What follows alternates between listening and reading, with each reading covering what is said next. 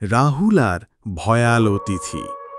রাহুল শহর থেকে গ্রামের বাড়িতে কয়েকদিনের ছুটিতে গিয়েছিল। তার দাদুর পুরনো বাড়ি, বড়, ধুলোমাখা আর ভয় ধরানো নীরব। লোকজন বলে এই বাড়ির পাশের বাগানে নাকি আগে এক ভয়ানক হত্যাকাণ্ড হয়েছিল, আর সেই মৃত আত্মা এখনো ঘোরে। রাহুল এসব গুজবে হাসি দিত, কিন্তু এক রাতে এমন কিছু ঘটল যা তার জীবন বদলে দিল। সেদিন রাত 1টা। হঠাৎ একটা বিকট শব্দে রাহুল ঘুম থেকে জেগে উঠে দেখে জানালার বাইরে কালো এক ছায়া দাঁড়িয়ে আছে। তার চোখ জ্বলছে লাল আগুনের মতো। রাহুল জানালা বন্ধ করতে গিয়ে দেখে ছায়াটা ধীরে ধীরে ঘরের ভেতর ঢুকছে, কোনো দরজা না খুলেই। তার ঠান্ডা ঠান্ডা শ্বাসে ঘরের বাতাস জমে গেল।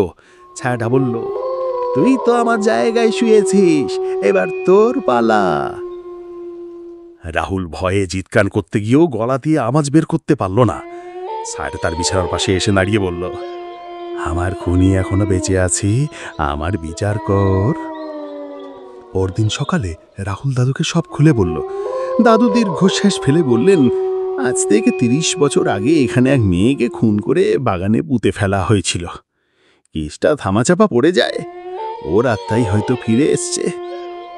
রাহুল সিদ্ধান্ত নেয় সেই খুনির বিচার করবে।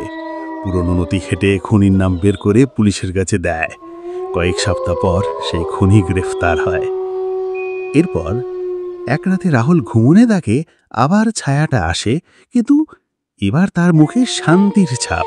সে ধীরে ধীরে বলে, ধন্যবাদ, আমি মুক্ত।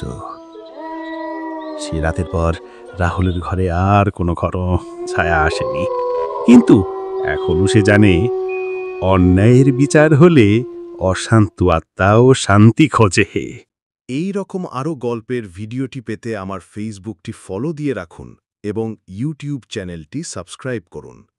আমার পাশে থাকার জন্য ধন্যবাদ সকলকে।